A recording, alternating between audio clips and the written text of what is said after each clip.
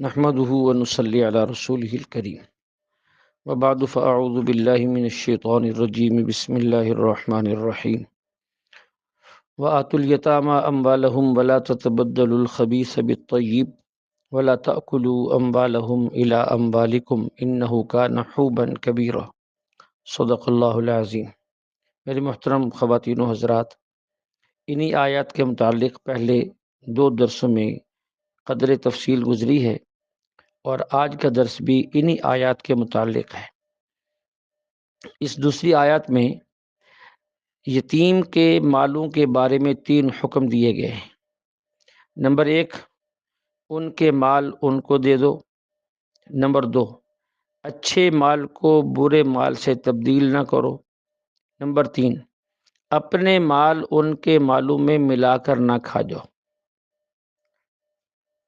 پہلی بات کی تفصیل عرض یہ ہے کہ یتیم کے مال ان کو دے دو کہ جو یتیم بچے تمہاری پرورش میں ہیں، تمہاری نگہداشت میں ہیں، ان کے جو مال انہیں میراث سے آئے ہوں یا کسی نے ان کو ہبہ یا ہدیہ کیا ہو، ان کے بالغ ہونے تک تو ان کے مالوں کو محفوظ رکھو اور بقدر ضرورت ان کے مالوں سے ان پر خرچ کرتے رہو، لیکن جب وہ بالغ ہو جائیں تو ان کے مال ان کے سپرد کر دو۔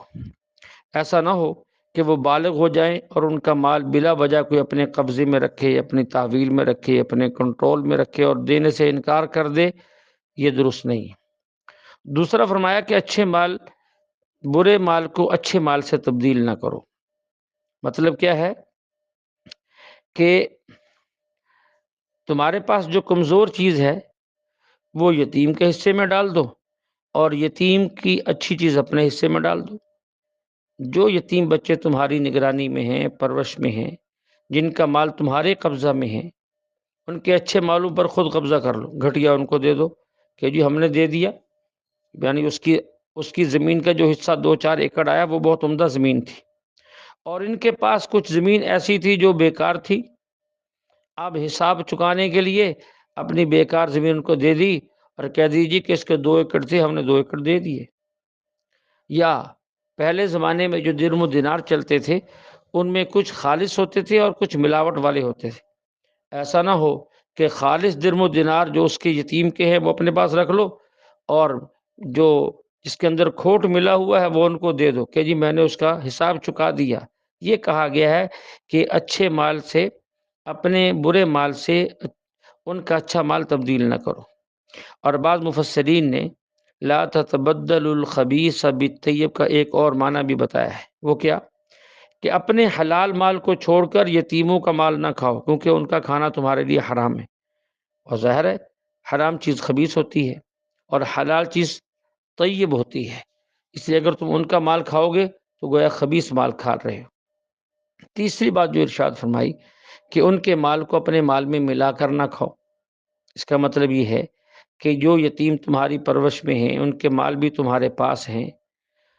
یہاں 2 قسم کے لوگ ہیں، کچھ تو وہ ہیں جن کا مزاج ہی خیانت والا ہوتا ہے، وہ مختلف طریقوں سے، مختلف تدبیروں سے، مختلف بہانوں سے یتیموں کے مالوں کو اپنے مالوں میں ملا کر کھا جاتے ہیں، اور کچھ تو یہ کام کرنے والے غفلت میں کر جاتے ہیں، انہیں دھیان نہیں ہوتا۔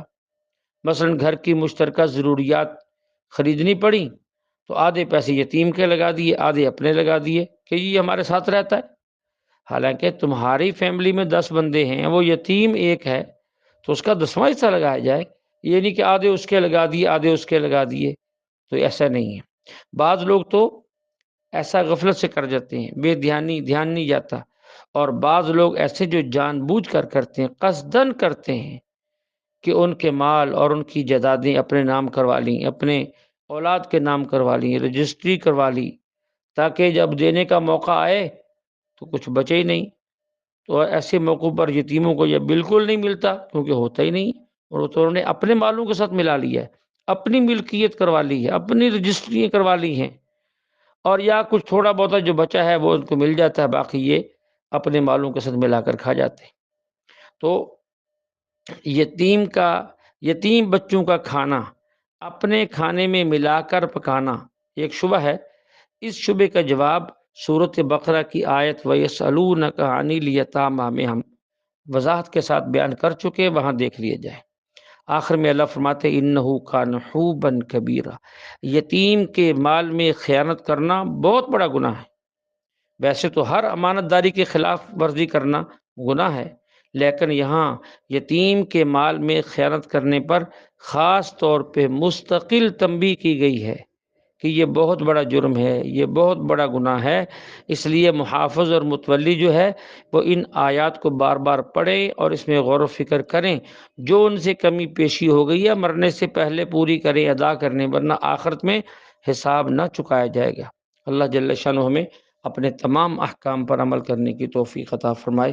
وآخر دعوانا ان الحمد للہ رب العالمین۔